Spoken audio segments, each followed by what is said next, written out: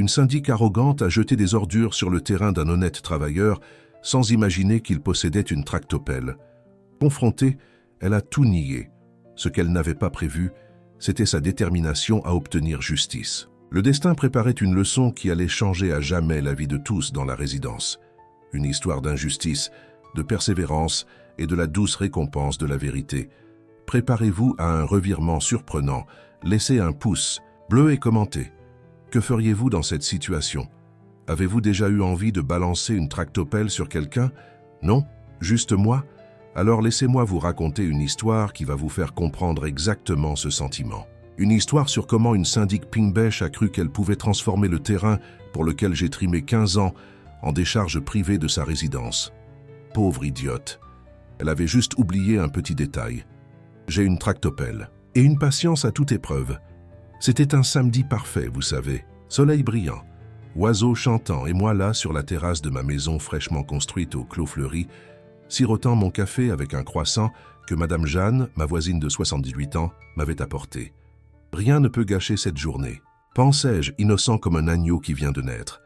C'est là que je l'ai vu, et mon sang n'a fait qu'un tour.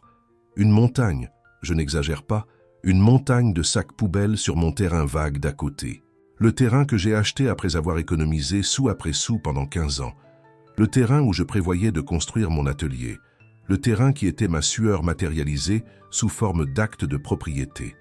J'ai lâché ma tasse, avec une telle force sur la table que j'ai failli briser la porcelaine que ma mère m'avait offerte.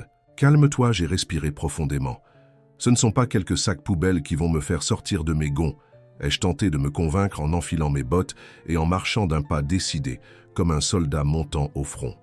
Tentez, je me suis approché. La situation était encore pire.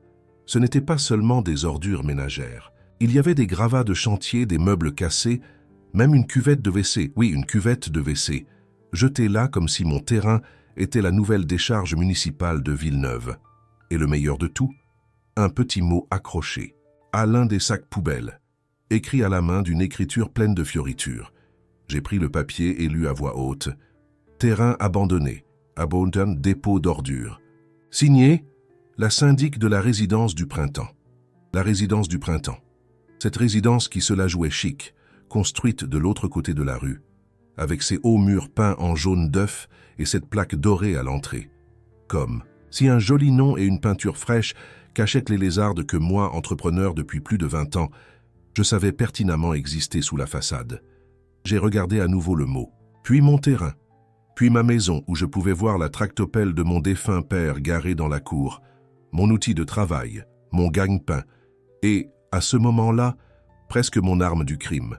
Parce que, soyons honnêtes, mes vieilles amies, qui m'écoutaient maintenant, laquelle d'entre vous n'a jamais eu envie de donner une leçon à un de ces sales types qui s'est cru autorisé à envahir ce qui est à vous?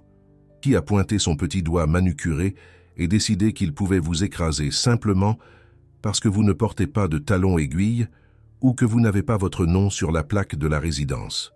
Mais je suis un homme de 42 ans, né, élevé et endurci en province. Mon père m'a appris 2 choses dans la vie. Comment manier une tractopelle et comment avoir une patience stratégique. « Fiston, disait-il en réparant le moteur de notre vieille machine, la vengeance, c'est comme un bon café. Ça se sert chaud, mais seulement après avoir laissé l'eau atteindre la bonne température. Alors j'ai respiré profondément. 3. Quoi? Et au lieu de faire ce que mon instinct me criait, prendre tous ces déchets et les déverser devant l'entrée de cette fameuse résidence du printemps, j'ai décidé que j'allais régler ça en adulte, ou du moins essayer. J'ai gardé le mot dans la poche de mon jean usé. J'ai ajusté ma chemise à carreaux, passé la main dans mes cheveux qui commençaient à se clairsemer sur le sommet de ma tête et j'ai marché d'un pas résolu vers la résidence voisine. Il fallait voir la tête du gardien quand j'ai annoncé « Je souhaite parler à la syndic, s'il vous plaît ». Ma voix était calme, trop calme. Ce genre de calme plus effrayant qu'un cri. « Elle est en réunion dans la salle commune, monsieur », a répondu le jeune homme. Un type maigrichon qui ne devait pas avoir plus de 20 ans et qui semblait vouloir être n'importe où sauf là, planté dans la loge du gardien de cette résidence. « Alors c'est là que je vais », ai-je répondu et avant qu'il ne puisse m'arrêter, j'ai franchi la barrière comme si j'entrais chez moi. La salle commune se trouvait juste à l'entrée. Un bâtiment rond avec de grandes fenêtres et une plaque rutilante. Espace de convivialité printemps. Convivialité. L'ironie ne m'a pas échappé. Quand je suis entré, une quinzaine de résidents étaient assis sur des chaises en plastique blanc, tous tournés vers une femme d'environ 45 ans, cheveux bruns tirés en un chignon si serré qu'il semblait lui ralisser la peau. Elle portait un tailleur bleu marine qui tentait de crier autorité, mais ne parvenait qu'à murmurer trop d'efforts. « Excusez-moi », ai-je dit, interrompant ce qui semblait être un monologue enthousiaste sur la nouvelle peinture de l'espace. Piscine. Je suis le propriétaire du terrain voisin, celui que madame semble avoir confondu avec une décharge. Le silence qui s'est abattu dans la salle était à couper au couteau. 15 paires d'yeux se sont tournés vers moi. La plupart avec des expressions de quelqu'un pris la main dans le sac. La femme au chignon, que je supposais être la syndic, m'a toisé de haut en bas, comme si j'étais l'un des sacs poubelles qu'elle avait fait jeter sur mon terrain. « Je ne vois pas de quoi vous parlez », dit-elle en croisant les bras sur sa poitrine. « Qui êtes-vous, d'ailleurs ?»« Je suis le propriétaire du terrain où quelqu'un a déversé une demi-tonne d'ordures en laissant ce petit mot soigné. J'ai sorti le papier de ma poche et l'ai brandi pour que tout le monde puisse le voir. Signé par la syndic de la résidence. C'est du printemps. À moins qu'il y ait une autre syndic ici, je regarde la responsable. Elle n'a même pas scié. Ce terrain à l'abandon? Je pensais que c'était un espace public. Il est plein de mauvaises herbes, sans clôture adéquate, un véritable problème pour notre voisinage noble. Voisinage noble? J'ai failli rire. Le clos fleuri existait depuis 3 générations. Mes grands-parents avaient aidé à construire les premières maisons ici. La fameuse résidence du printemps était arrivée il y a quoi? 3 ans? Et voulait déjà faire la loi? Ce terrain a un propriétaire, madame. Il a un acte de propriété, une taxe foncière à jour et un permis de construire approuvé. Par la mairie pour une construction commerciale. Ce qu'il n'a pas, c'est l'autorisation de servir de décharge à votre résidence. Un monsieur aux cheveux blancs, assis au premier rang, s'est raclé la gorge. Madame Mercier, vous n'aviez pas dit que la mairie avait autorisé l'utilisation de cette zone pour un dépôt temporaire? Dépôt temporaire? Ma mâchoire a failli tomber par terre. La fameuse Madame Mercier, je connaissais enfin son nom, a ajusté son blazer et a souri. Un sourire faux comme un jeton. Il y a eu un malentendu, certainement. Nous avons des problèmes avec la collecte spéciale des gravats, et comme ce terrain semblait abandonné... Il semblait abandonné pour qui, Madame Mercier? Ai-je coupé. Parce que j'y étais hier après-midi en train de désherber. Mon projet d'atelier commence à prendre forme dans 2 semaines. Vous pensez vraiment que quelqu'un allait croire qu'un terrain propre, avec les taxes à jour et des panneaux propriété privée, est un terrain abandonné? Les résidents ont commencé à échanger des regards inquiets. Une dame âgée au fond de la salle a secoué la tête, en signe de désapprobation. Au moins, tout le monde ici ne semblait pas cautionner cette folie. « Écoutez, monsieur, comment? Vous appelez-vous déjà ?» demanda la syndic, visiblement irritée que j'expose son mensonge devant tout le monde. « Charles, ai-je répondu. Charles Dubois, entrepreneur, habitant du Clos Fleuri depuis 42 ans, contribuable et citoyen qui n'aime pas qu'on envahisse et qu'on manque de respect à ce qui lui appartient. »« Monsieur Dubois, reprit-elle, le ton de voix aussi artificiel que les ongles rouges qui tapotaient la table devant elle. Je peux vous assurer qu'il y a eu une erreur. Je vais faire le nécessaire pour que les gravats soient enlevés d'ici. D'ici lundi, ai-je complété. Parce que mardi, mes travaux commencent. Et s'il reste un seul sac plastique là-bas, qu'un seul petit papier de bonbons, je déposerai une plainte officielle au commissariat, auprès du procureur de la République et au ministère de l'Environnement. Le dépôt sauvage de déchets est un délit environnemental, vous savez. Ça entraîne de lourdes amendes et même de la prison. Le brouhaha dans la salle a augmenté. Une chose est de jeter des ordures sur le terrain du voisin. Une autre est de découvrir que cela peut vous envoyer en prison. Madame Mercier semblait avoir avalé une couleuvre. Inutile d'en faire tout un drame, monsieur Dubois. Nous sommes des gens civilisés ici. Les gens civilisés ne jettent pas leurs ordures. Sur la propriété d'autrui, madame Mercier, ai-je répondu en me tournant déjà pour sortir. Lundi, d'ici là. Et je suis sorti de cette salle commune en sentant tous les regards dans mon dos. Certains surpris, d'autres honteux, et un, le sien, qui me fusillait pratiquement la nuque. Je suis rentré chez moi en me sentant un peu mieux. J'avais mis carte sur table. J'avais été direct. J'avais donné un délai raisonnable. Problème résolu, n'est-ce pas? Ah, mon innocence! Si j'avais su que ce n'était que le premier round d'une guerre qui allait durer 6 mois, Peut-être que j'aurais dû foncer directement dans la salle commune avec ma tractopelle ce jour-là. Parce que le lundi, quand je me suis réveillé, les ordures avaient disparu. Mais à leur place, il y avait plus d'ordures. Cette fois, des restes de ce qui semblait avoir été une fête. Gobelets en plastique, assiettes jetables, serviettes usagées, même une banderole à moitié déchirée où l'on pouvait lire « Joyeux anniversaire ». Le reste avait été arraché. C'est une déclaration de guerre, ai-je murmuré pour moi-même en regardant ce nouveau tas d'immondices sur mon terrain. Et la guerre, c'est ce que nous avons eu pendant les 6 mois suivants. S'il y a une chose qui m'irrite plus que l'injustice, ce sont les gens qui pensent qu'à pouvoir m'écraser et s'en tirer impunément. Mon père était comme ça aussi. C'est peut-être dans les gènes des Dubois, cet ADN têtu qui n'accepte pas l'affront. Ou peut-être juste le sang de la province, celui qui bout lentement, mais une fois qu'il bout, ne refroidit pas facilement.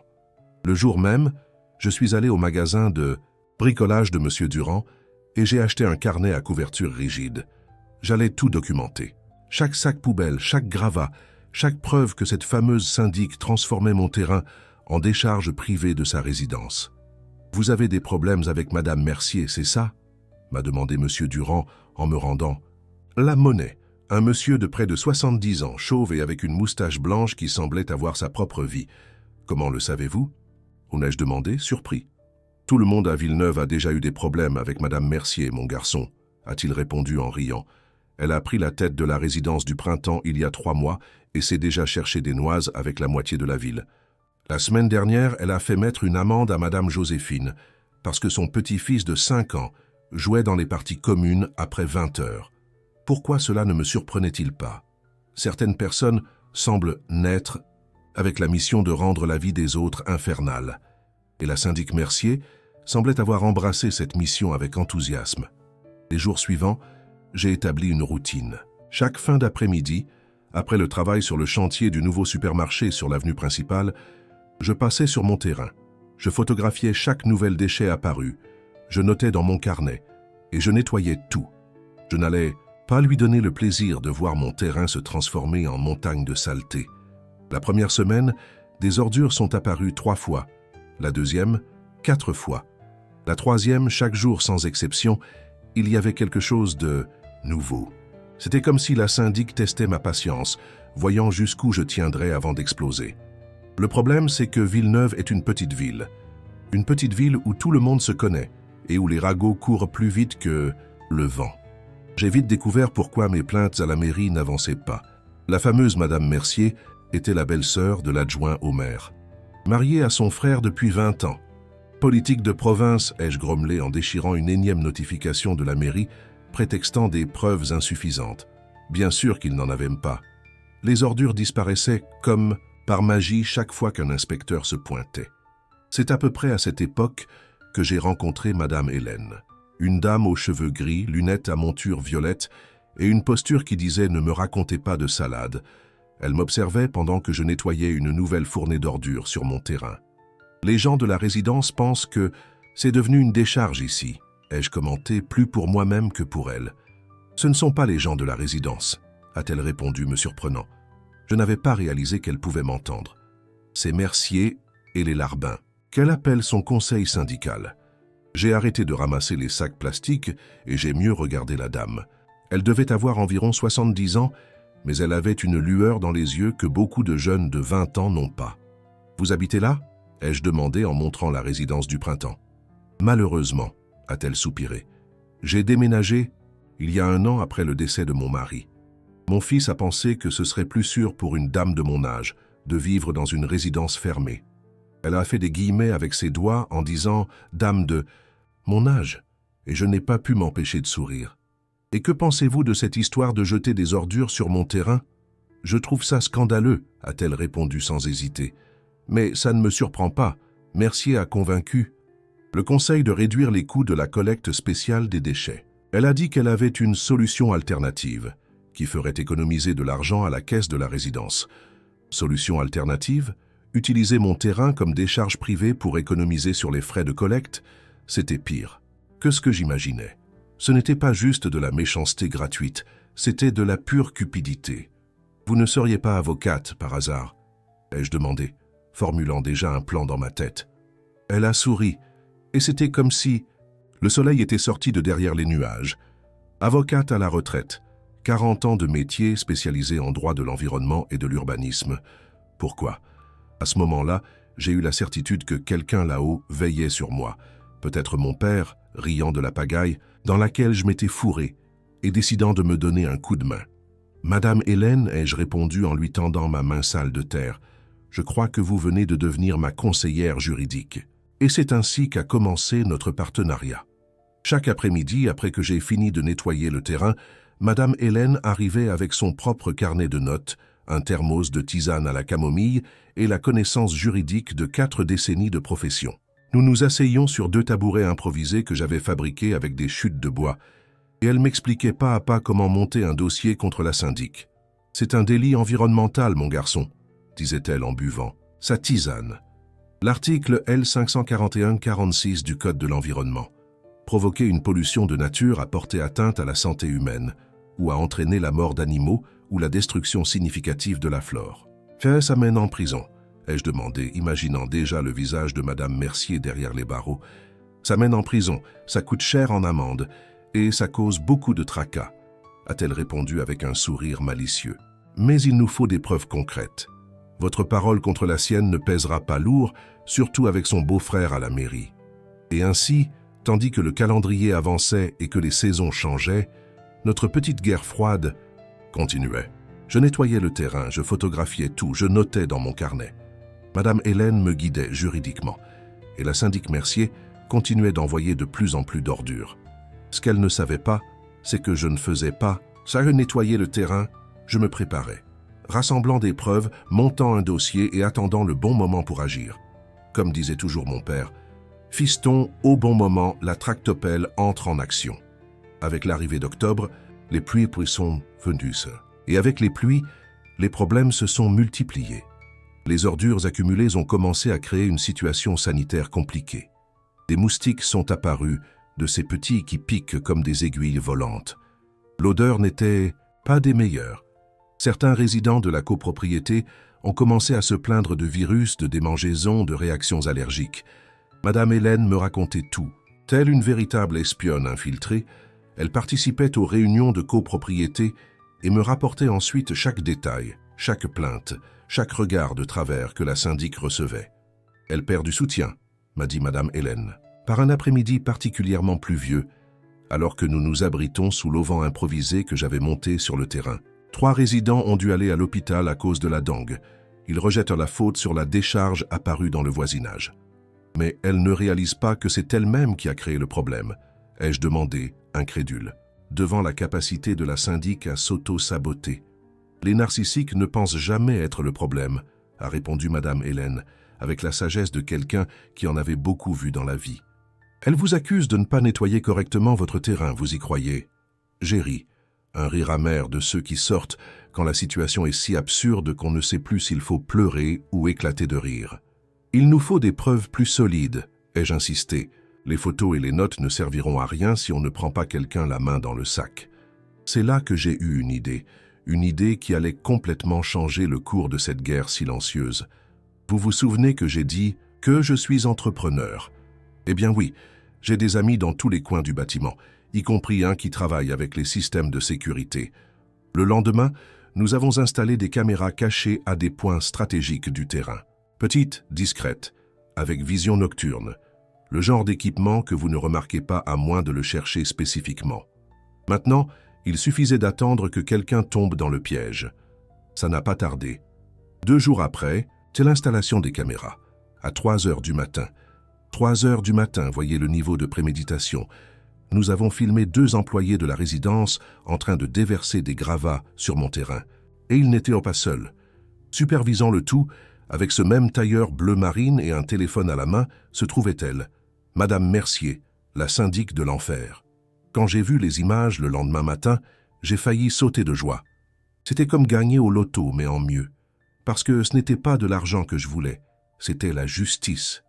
On l'a eu, ai-je lancé à Madame Hélène en lui montrant la vidéo sur mon téléphone. La qualité n'était pas excellente à cause de l'obscurité, mais on reconnaissait parfaitement les visages. Et maintenant, Madame Hélène a ajusté ses lunettes et a examiné attentivement les images. Puis elle a souri de cette manière que seule une personne de 70 ans pleine de sagesse peut sourire. Maintenant, mon cher, nous allons être plus malins qu'elle. Nous n'allons pas encore voir la police. Non? J'avoue que j'étais déçu. Après des mois à supporter cet affront, la seule chose que je voulais, c'était voir cette syndic prétentieuse se couvrir de honte au commissariat. Non, a confirmé Madame Hélène. Nous allons voir le conseil syndical. Nous allons leur montrer comment la syndic engage la responsabilité légale de tous les résidents. Un délit environnemental n'affecte pas seulement le coupable, il affecte tous les co-responsables. Et savez-vous qui sont les co-responsables dans ce cas? Les résidents de la copropriété, ai-je répondu, commençant à comprendre son plan. Exactement. Chacun d'eux peut être tenu responsable d'avoir permis que la copropriété dans son ensemble commette un délit environnemental. Surtout les membres du conseil syndical qui ont approuvé la réduction des coûts de collecte des déchets. Le plan était brillant. Au lieu d'attaquer directement la syndic, nous allions montrer aux résidents comment ils étaient lésés par ces actions. Comment chacun d'eux pourrait finir par payer des amendes exorbitantes ou même répondre à des poursuites pénales à cause de sa solution alternative pour économiser quelques sous. Nous avons convoqué une réunion extraordinaire du conseil syndical. Madame Hélène, en tant que résidente, en avait le droit. La syndic a tenté d'empêcher, bien sûr, mais quand Madame Hélène a mentionné de possibles implications légales pour tous les copropriétaires, le conseil a décidé qu'il valait mieux écouter ce que nous avions à dire. La réunion a eu lieu dans la même salle commune où j'avais confronté la syndic pour la première fois des mois auparavant. Mais cette fois, je n'étais pas seul. J'avais Madame Hélène à mes côtés, armée d'un iPad où elle avait sauvegardé toutes les preuves. Et il y avait plus, 3 autres résidents de la copropriété qui avaient souffert des virus causés par les déchets accumulés. Quand nous avons présenté la vidéo de la syndic supervisant le dépôt illégal à 3 heures du matin, le silence dans la salle fut sépulcral. Quand Madame Hélène a expliqué les conséquences légales possibles, des amendes pouvant atteindre plusieurs millions d'euros pour délit environnemental, des poursuites individuelles contre chaque membre du conseil, une éventuelle fermeture de la résidence par les services d'hygiène. Le silence s'est transformé en un brouhaha nerveux. « Vous nous mettez en danger, Madame Mercier », a dit un monsieur d'une 60aine d'années, membre du conseil. « Vous avez réduit les coûts de collecte des déchets sans nous informer des conséquences. C'est de l'acharnement », a tenté de se défendre la syndic en me pointant du doigt, ainsi que Madame Hélène. Ils inventent des histoires pour me nuire. « La vidéo est aussi une invention, Madame Mercier », ai-je demandé en croisant les bras. À 3 heures du matin, vous, en tailleur bleu, supervisant le déversement de gravats sur mon terrain, c'est aussi de l'acharnement? Elle est devenue rouge, puis blanche, puis de nouveau rouge, comme un feu tricolore humain. Je vais vous poursuivre pour violation de la vie privée, pour enregistrement sans consentement, pour... La caméra était sur mon terrain, Madame Mercier, ai-je interrompu, enregistrant une violation de ma propriété. Vous pensez vraiment qu'un juge va considérer cela illégal? Ou va-t-il considérer comme illégal le fait que vous envahissiez une propriété privée pour y déverser illégalement des déchets? Le conseil a délibéré pendant près de 2 heures. Finalement, la décision fut unanime. Suspension temporaire de la syndic pour enquête interne. En tchèque, pratique. Elle ne serait plus syndic dans 2 semaines, date à laquelle une assemblée générale déciderait de son maintien ou non à son poste. Je suis sorti de cette réunion victorieux. Enfin, après des mois de guerre silencieuse, nous avions remporté une bataille importante. La syndic était acculée. Les résidents de la copropriété révoltés.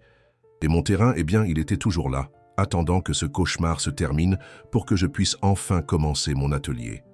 Mais j'avais sous-estimé la capacité de Madame Mercier à être méprisable. Encore une fois, à l'approche de Noël, le climat en ville est devenu encore plus tendu. La syndic, désespérée de conserver son poste, commença à répandre des rumeurs sur mes projets pour le terrain. Selon elle, je n'allais pas construire un simple atelier. Non, j'allais ouvrir un bar. Un bar bruyant qui fonctionnerait jusque tard dans la nuit avec musique live, karaoké et toutes sortes de nuisances pour les braves gens de la résidence du printemps.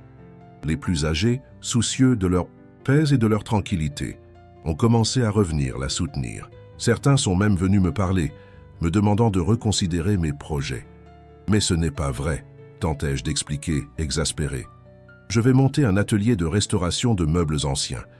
Le plus grand bruit que vous entendrez sera celui d'une ponceuse de temps en temps, et seulement pendant la journée. Personne ne me croyait. Le mensonge s'était répandu comme une traînée de poudre. Ce fut Madame Hélène qui suggéra la solution. Si la montagne ne vient pas à Mahomet, Mahomet ira à la montagne, dit-elle, alors que nous prenions le thé sur la terrasse de ma maison. S'ils ne croient pas ce que vous dites sur l'atelier, montrez-leur.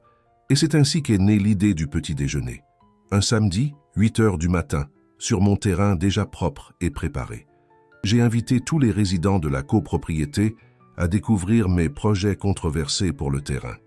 Madame Hélène a aidé à distribuer les invitations et comme elle était très respectée parmi les plus âgés, elle a réussi à garantir une bonne participation. J'ai passé toute la semaine à nettoyer le terrain, à tout arranger et à y apporter quelques pièces de ma collection. Des tables anciennes en bois massif, des chaises aux sculptures délicates qui nécessitaient de petites réparations. Une armoire du début du siècle que j'avais achetée chez un antiquaire à Lyon et que je restaurais petit à petit. Le jour du petit déjeuner, j'ai tout arrangé comme une petite exposition. J'ai mis des tables avec des nappes blanches, des paniers de viennoiserie que Madame Jeanne avait préparés, un gâteau maison, du café filtre tout frais.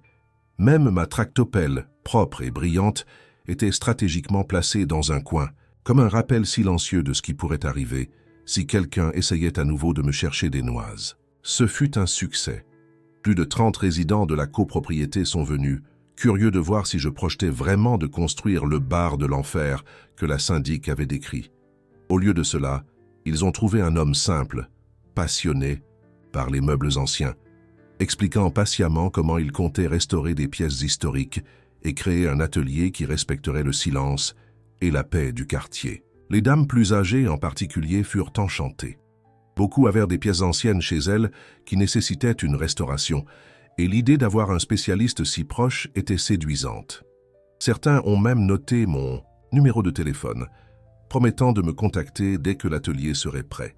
La syndic, bien sûr, n'est pas venue, mais son plan pour me diaboliser avait complètement échoué. Maintenant, les résidents non seulement ne la croyaient plus, mais ils étaient impatients que je lance mon entreprise au plus vite. Je pensais que nous aurions enfin la paix. Quelle naïveté! 2 semaines plus tard, alors que tout semblait s'arranger et que je planifiais déjà le début des travaux de l'atelier, la bombe a éclaté. La syndic est arrivée avec un vieux document prétendant qu'une partie de mon terrain appartenait légalement à la résidence, en raison d'un bornage incorrect effectué des années auparavant. Le document semblait légitime. Cachet, signature, tout ce qu'un papier officiel devrait avoir. Selon lui, près de 3 mètres au fond de mon terrain était en fait propriété de la résidence du Printemps. J'étais anéanti. Si c'était vrai, je devrais redessiner tout le projet de l'atelier. Ou pire, peut-être que je ne pourrais même pas le construire, selon l'espace que je perdrais. Madame Hélène, comme toujours, a gardé son calme. « Allons aux archives municipales », dit-elle, déterminée. « Les documents peuvent être falsifiés, mais les registres publics sont plus difficiles à manipuler. » Et c'est ainsi que nous avons passé une semaine entière à fouiller les archives poussiéreuses de la mairie de Villeneuve. Registres de propriété, plans originaux, documents de bornage. Ce fut un travail de fourmi, lent et méticuleux, jusqu'à ce que nous trouvions. Pas n'importe quel document. Le plan original du lotissement, réalisé avant même que la résidence du Printemps n'existe. Et ce que nous avons découvert nous a laissé bouche bée. Il y avait bien eu une erreur de bornage, mais pas celle que la syndic prétendait. En réalité, la résidence avait construit son mur d'enceinte en empiétant d'1 mètre sur mon terrain. Ce n'était pas moi qui occupais leur espace, c'était eux qui occupèrent le mien. Quand nous sommes retournés à la résidence avec cette découverte, armés de copies certifiées conformes des documents et d'un relevé effectué par un géomètre expert, l'Assemblée générale était sur le point de commencer, celle qui déciderait de l'avenir de la syndic. Madame Mercier était là, bien sûr, avec son inséparable tailleur bleu marine et ce chignon serré. Quand elle nous a vus entrer, son visage est devenu livide. Je pense qu'elle a compris à notre sourire que nous avions découvert quelque chose. Nous avons présenté les preuves à toutes les personnes présentes. Nous avons montré comment le mur de la résidence se trouvait, en fait, 1 mètre à l'intérieur de mon terrain. Comment je pouvais, légalement, exiger que le mur soit démoli et reconstruit au bon endroit, aux frais de la résidence. Les résidents étaient sous le choc. La syndic a tenté d'argumenter, a dit que c'était de faux documents, que nous étions des escrocs essayant d'extorquer la résidence. Mais lorsque le géomètre expert engagé par le conseil lui-même a confirmé notre découverte, il n'y avait plus moyen de nier. C'est à ce moment-là que j'ai décidé d'utiliser mon arme secrète. Non, ce n'était pas la tractopelle, même si j'avais toujours envie de l'utiliser pour démolir ce mur mal placé. C'était quelque chose de bien plus puissant, la compassion. « Mesdames et messieurs », ai-je dit en me levant pour que tout le monde puisse me voir, je pourrais exiger la démolition du mur et sa reconstruction au bon endroit, comme c'est mon droit. Je pourrais poursuivre la résidence pour occupation illégale et demander des dommages et intérêts pour tous ces mois d'empiètement et pour le préjudice moral causé par les déchets déversés sur mon terrain. J'ai marqué une pause dramatique. La syndic semblait sur le point de s'évanouir, mais je ne le ferai pas. Le brouhaha dans la salle fut immédiat. Personne ne s'attendait à ce revirement. Au lieu de cela, je propose une solution qui nous profite à tous. Je suis prêt à céder officiellement ce mètre de terrain à la résidence, légalisant ainsi la situation actuelle du mur. En échange, je ne demande que deux choses. Maintenant, j'avais l'attention de tout le monde. Premièrement, que la syndic actuelle démissionne immédiatement de son poste et ne se représente plus jamais à aucune fonction au sein du conseil syndical. Madame Mercier s'est levée, rouge de colère, mais 3 membres du conseil l'ont fait se rasseoir. Ils voulaient entendre ma proposition complète. Deuxièmement, que la résidence accepte de créer un petit square commun à la limite de nos propriétés. Un espace avec des bancs et de l'ombre où les résidents pourront se réunir, discuter, jouer au domino ou tricoter. Je fabriquerai moi-même les bancs dans le cadre du travail de mon atelier de restauration. Le silence qui a suivi a été rompu par Madame Hélène, qui s'est levée et a commencé à applaudir. Bientôt d'autres se sont joints à elle, et en quelques secondes, presque toute l'assemblée était debout, applaudissant ma proposition. Le conseil a accepté sur le champ. La syndic, sans soutien et complètement démoralisée, a démissionné le soir même, prétextant des problèmes de santé. Le genre de problème qui survient quand on est pris en flagrant délit de délit et de mensonges éhontés à toute une communauté. 6 mois après ce premier samedi matin où j'avais trouvé des ordures sur mon terrain, le square de l'Entente a été inauguré. Un petit espace vert entre mon terrain et la résidence, avec des bancs en bois fabriqués par mes soins en utilisant des techniques d'ébénisterie que j'ai apprises de mon père. Mon atelier de restauration tourne à plein régime. J'ai plus de commandes que je ne peux en gérer, surtout de la part des dames de la résidence du printemps qui ont découvert que leurs meubles anciens peuvent retrouver une nouvelle vie entre de bonnes mains. Et la tractopelle? Eh bien, elle est toujours là, garée dans la cour de ma maison. Un rappel silencieux que parfois nous n'avons pas besoin d'utiliser la force brute pour résoudre nos problèmes. Parfois, la patience, la stratégie et un peu de compassion au bon moment sont des outils bien plus puissants. Mais ne vous y trompez pas, si la nouvelle syndic de la résidence du printemps, une adorable dame de 68 ans qui fait un divin gâteau aux carottes, décide un jour de jeter des ordures sur mon terrain, eh bien, la tractopelle est toujours là, n'est-ce pas? Comme disait mon père, « Fiston, sois toujours aimable, mais aie toujours une tractopelle à portée de main juste au cas où. » Et vous, mes chers amis, avez-vous déjà eu affaire à des voisins abusifs? Des gens qui pensent pouvoir vous marcher dessus simplement parce que vous êtes polie et patiente? Eh bien, sachez-le, nous n'avons pas toujours besoin de la tractopelle. Parfois, il suffit de montrer que nous savons où elle est rangée et que si nécessaire, nous savons très bien comment nous en servir. Bon, ça, c'est une autre histoire. Maintenant, j'ai un fauteuil Louis XV qui m'attend à l'atelier. La propriétaire? L'ex-syndic Mercier. Ironique, n'est-ce pas? La roue tourne. Et parfois, ces tours sont aussi parfaits que les courbes qu'une bonne tractopelle peut dessiner sur un terrain bien nivelé.